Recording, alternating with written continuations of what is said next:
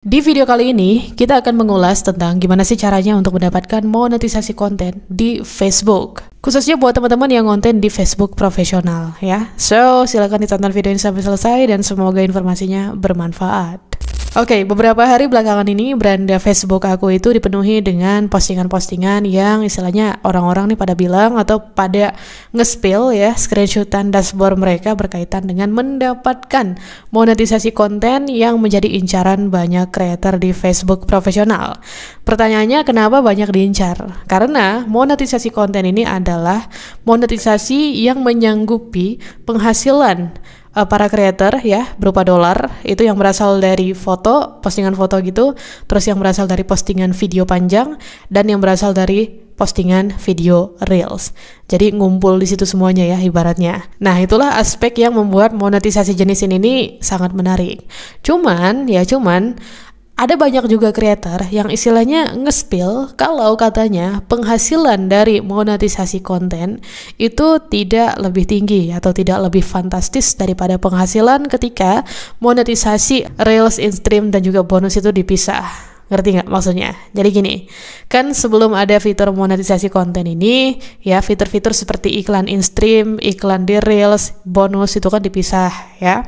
Nah kemudian ketika ada fitur monetisasi konten, namanya ya itu, digabunglah penghasilannya jadi satu dalam dashboard itu gitu loh, dashboard penghasilan itu.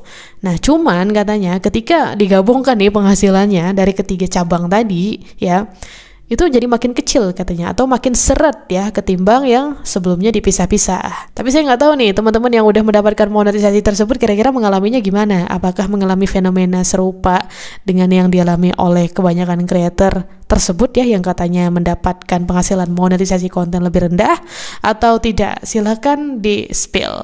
Dan sekarang kita kembali ke topik awal tadi ya. Saya akan istilahnya mengulas kira-kira gimana sih caranya supaya teman-teman yang belum dapat nih monetisasi konten itu bisa mendapatkan fitur tersebut kalau memang mengincar yang itu. Oke? Nah, cara yang dapat teman-teman lakukan pertama ya, dan yang paling penting, paling vital itu adalah tentunya kontennya yang konsisten ya. Nah, konsisten di sini itu nggak harus setiap hari sebenarnya teman-teman. Konsisten ini bukan hal yang wajib dalam artian setiap hari kita harus upload ya.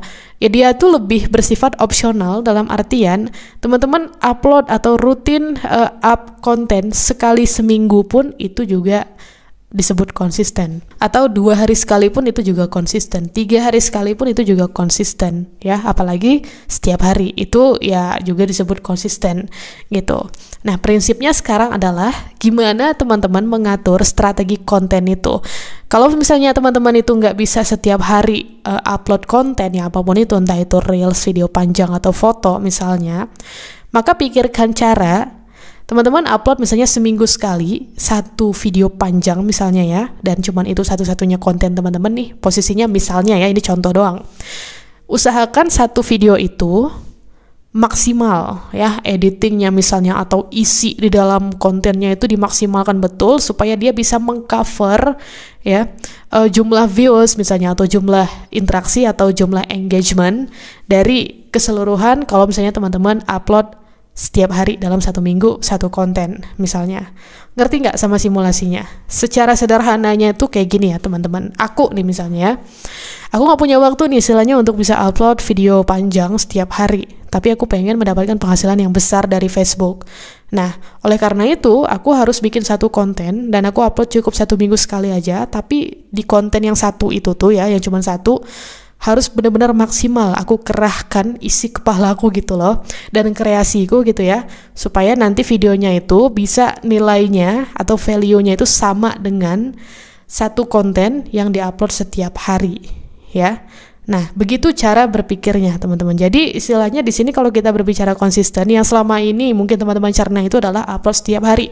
Enggak ya, enggak. Kalau teman-teman lihat konten creator besar itu bahkan mereka ada yang upload cuma sebulan sekali loh. Tapi meskipun sebulan sekali konten mereka itu powerful ya. Itu kembali ke istilahnya bagaimana teman-teman bisa berkreativitas sih sebenarnya.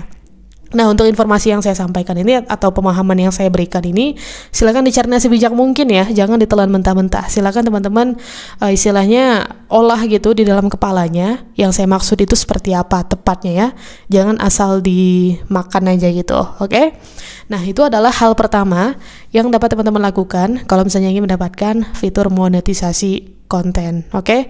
Konsisten upload konten. Kemudian yang kedua, teman-teman harus terlibat dengan audiens di konten-kontennya teman-teman. Jangan sampai kayak ada orang nih yang memberikan engagement ya, misalnya dalam bentuk komentar, malah dianggurin sama teman-teman gitu kan, tidak dibalas komentarnya atau dicuekin gitu aja ya, atau tidak ada usaha sama sekali buat teman-teman itu meladeni mereka, atau bahkan mungkin teman-teman pilih-pilih nih mau nanggepin komentar yang ngasih bintang doang tuh yang dibalas komentarnya ya kan, jangan gitu ya. Kayak kita harus sebisa mungkin istilahnya bersifat atau bersikap adil di sini dalam tanda kutip ya. Setiap orang yang datang ke konten kita memberikan komentar dan sebagainya, itu ya satu komentarnya dia itu sangat berarti untuk konten kita yang bersangkutan. Kenapa? Karena konten kita butuh engagement ya. Konten kita butuh interaksi dari orang-orang yang masuk ke dalam kolom komentar misalnya. Atau konten kita butuh yang namanya rating share, konten kita juga butuh yang namanya likes gitu. Nah, jadi ketika ada orang-orang yang memberikan itu dengan sukarela, teman-teman harus apresiasi minimal dengan membalas komentar mereka. Nggak usah pilih-pilih gitu ya, nggak usah yang dibalas cuman yang ngasih bintang doang. Nah, terus ya usahakan teman-teman itu kalau mau berinteraksi, prioritaskan yang di akunnya teman-teman dulu ya. Jangan teman-teman muter keliling dulu ya, interaksi ke akunnya orang-orang supaya mereka ngebalas interaksinya teman-teman. Tapi fokus dulu di akunnya teman-teman, bangun komunitas atau bangun audiensnya dulu di tempatnya teman-teman, baru kemudian nanti kalau misalnya udah jadi nih gitu ya, udah ada postingan yang powerful ya, terus postingan-postingan berikutnya juga gampang dapat engagementnya, baru tuh jalan-jalan gitu ke akun yang lain, silaturahmi dan sebagainya untuk saling support gitu. Soalnya kalau semata-mata kita berinteraksi ke tempat orang lain dengan maksud kita pengen dibalas sama mereka, itu kesannya malah kayak bukan konten ya, tapi ya cuman kayak pengen dapat balas body aja gitu, ngerti gak sih? Nah, jadi itu yang nomor 2. Lalu poin yang nomor 3 adalah tentunya membuat konten semenarik mungkin.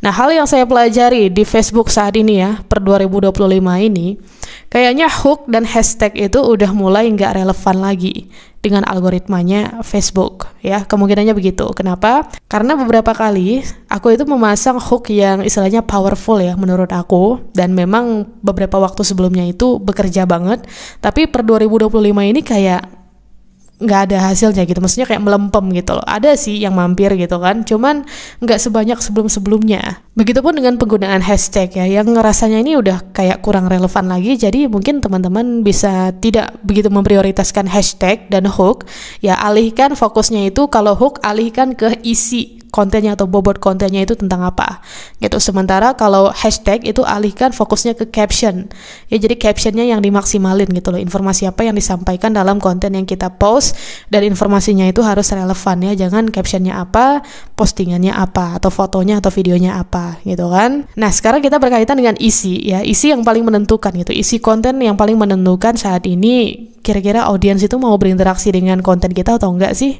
Nah, usahakan teman-teman itu untuk membuat konten yang relate ya dengan penontonnya masing-masing. Yang istilahnya ada banyak orang yang merasakan apa yang teman-teman rasakan, atau buatlah konten yang istilahnya teman-teman pengen tahu sesuatu dan ada banyak orang juga yang ingin mengetahui hal itu sama seperti yang teman-teman rasakan gitu. Nah, itu yang disebut relate ya. Kita nggak bisa nih egois bikin konten apa yang kita suka aja, tapi ya kalau penonton nggak suka gitu kan mau gimana, nggak ada yang nonton juga kan. So ya kita harus istilahnya berusaha di sini untuk ngeblend ya dengan penonton kita, menyatu dengan mereka. Kalau kita udah memilih satu topik ya di Facebook itu, ya udah fokus di situ, dan kalau misalnya udah mendapatkan segmen audiensnya masing-masing, ya pertahankan mereka gitu. Bikin mereka jadi makin loyal terhadap teman-teman. Bikin konten yang benar-benar bisa mereka rasakan persamaannya ya antara teman-teman dan mereka. Terus berikutnya, kalau kita berbicara dengan kualitas konten, di sini tentunya kita nggak hanya membahas tentang isi ya, tapi secara teknis juga usahakan ada peningkatan ya. Buat teman-teman yang misalnya kemarin-kemarin masih kontennya itu kayak asal-asalan ya, take videonya dan sebagainya, nggak memperhatikan unsur estetikanya gitu ya, mulai sekarang coba ditingkatkan lah gitu. Karena konten creator kalau nggak ada perkembangan ya guys ya, Gimana mau mendapat penghasilan yang tinggi coba? Rata-rata orang yang istilahnya dapat penghasilan tinggi di Facebook itu mereka dari segi editingnya, misalnya mereka niat gitu ya. Terus dari segi ngambil gambarnya ya, video-videonya gitu kan, perspektifnya atau sudutnya itu mereka juga niat gitu. Terus bikin voice overnya mereka juga niat dan sebagainya gitu. Bahkan ada yang gak segan-segan untuk berlangganan fitur AI ya, yang berbayar gitu kan, demi bisa memberikan konten yang bagus nih buat para penontonnya. Nah, jadi totalitas semacam itu harus istilahnya teman-teman perhatikan ya. Jangan kita mau dapat bayaran 10 juta misalnya dari Meta atau dari Facebook, tapi yang value yang kita berikan itu nggak setara dengan itu. Maka di situ tidak akan terjadi keseimbangan, teman-teman. So, jadi itulah 4 hal yang dapat teman-teman coba nih buat yang belum mendapatkan fitur monetisasi konten ya. Silakan diperjuangkan. Dan mengenai fenomena ini nih ya, terakhir ya yang saya bahas ya, mengenai fenomena katanya yang kontennya itu viewsnya banyak, mereka nggak dapat fitur monetisasi ini. Tapi kebanyakan yang dapat itu adalah mereka yang konten dengan views yang rendah. Terus ada konspirasi bahwa Facebook ini katanya lagi berhemat, makanya mereka sengaja ngasih fitur monetisasi konten tersebut ke orang-orang yang istilahnya nggak engageable nih kontennya. Nggak engageable, apa sih bahasanya, pokoknya itulah. Nah, menurut teman-teman itu gimana? Apakah teman-teman percaya dengan teori konspirasi itu, atau justru ya itu cuman kayak bentuk rasa kesal aja karena yang dapat kok bukan dia sih gitu, kok orang lain sih? Silakan di-share pendapatnya di kolom komentar jika berkenan. Terima kasih, kita jumpa lagi di video berikutnya.